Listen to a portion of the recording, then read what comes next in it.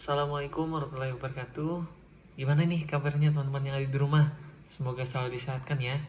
Oke, pada kali ini kita akan membahas nih tentang bagaimana komunikasi farmasi yang efektif nih teman-teman.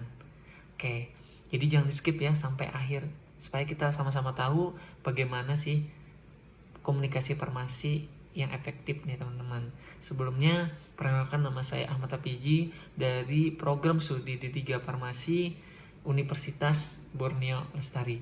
Oke, langsung ke videonya. Stay tune.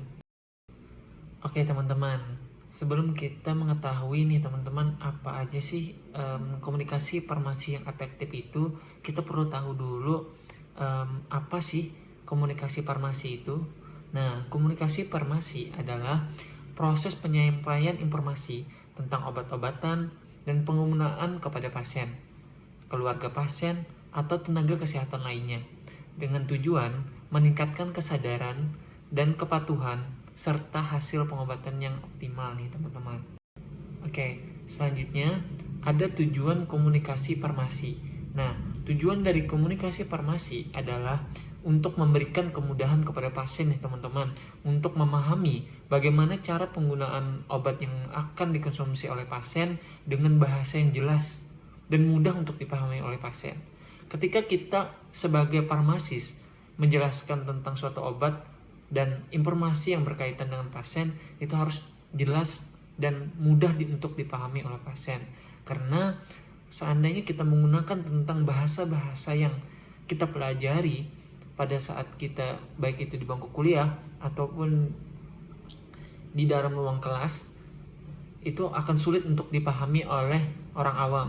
Jadi tugas kita untuk sebagai farmasis yaitu menjelaskan dengan bahasa yang mudah dan yang dapat dipahami oleh pasien atau pelanggan yang akan datang ke apotek kita.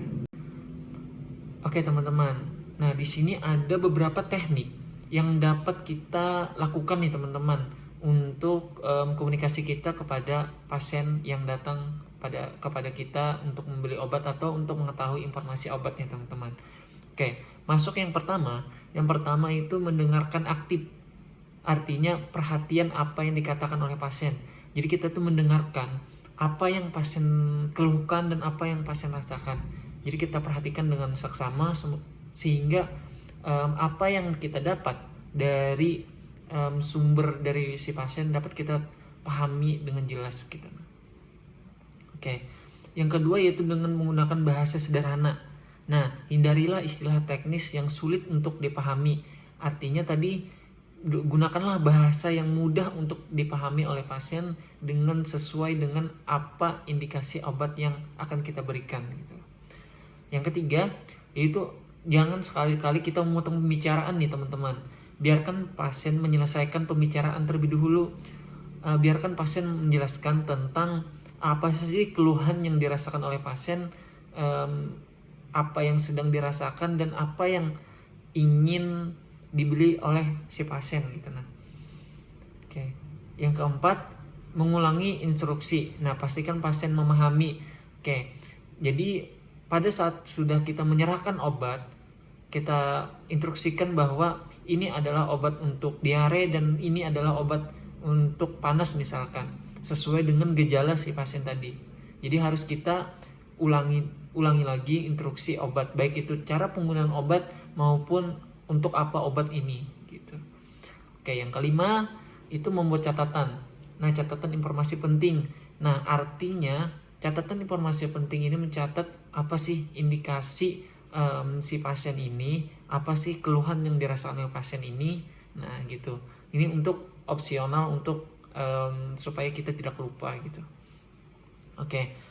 Yang keenam yaitu adalah menyediakan waktu. Nah, berikan waktu yang cukup kepada pasien untuk menyampaikan informasi yang akan disampaikan oleh pasien nih. Berikanlah waktu yang leluasa untuk pasien menjelaskan apa yang dirasakan oleh pasien. Kayak yang ketujuh yaitu menjaga privasi.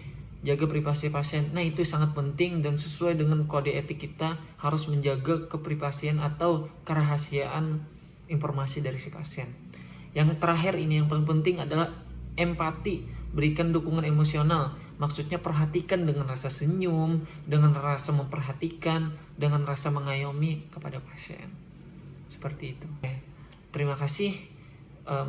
Untuk teknik-teknik yang dapat kita lakukan itu bisa kita terapkan yang seperti saya jelaskan di atas tadi. Adapun contoh dari suam medikasi ataupun yang lainnya akan kita lanjutkan di video next selanjutnya ini. Jadi jangan kemana-mana, tetap perhatikan video ini sampai akhir. Sedikit bertanya Kak tentang suam medikasi yang baik itu gimana sih ya menurut Kakak? Kalau untuk suam medikasi yang pertama disarankan kita menanyakan keluhan pasiennya, kemudian apakah dia ada alergi obat tertentu, dan tanyakan gejala apa yang sedang dirasakan oleh pasiennya. Terus tanyakan sebelumnya apakah dia sudah meminum obat dan sudah berepekkah kepada tubuhnya itu atau belum. Kalaupun belum ada perubahan, kita bisa menyarankan untuk meminum obat yang lebih bagus atau diperiksakan ke dokter. Oh ya, berarti kita tanyakan dulu gimana, ada alergi kah atau enggak gitu ya? Iya betul. Oke deh. Berhubungan mau tanya nih Kak tentang penyakit tipes yang sekarang ini lagi marak-marak gitu. Nah, apa sih gejala yang ditimbulkan apabila orang terkena tipes gitu? Nah, apa yang disarankan juga? Apakah langsung kita beri obat langsung kah atau gimana gitu? Kalau untuk tipes secara umumnya sih biasanya gejalanya pasien mengalami demam yang naik turun, kemudian disertai menggigil, meriang, dan umumnya juga ada mual muntah pada pasien.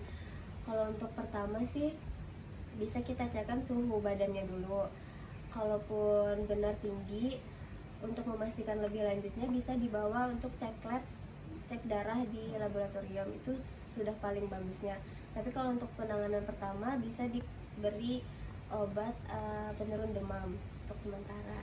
Oh, jadi kalau boleh kita langsung beri, misalnya kita tahu ini tanda-tanda tipes kita beri obat langsung, obat tipes tuh nggak boleh gitu ya, soalnya nggak ada cek labnya benar gitu.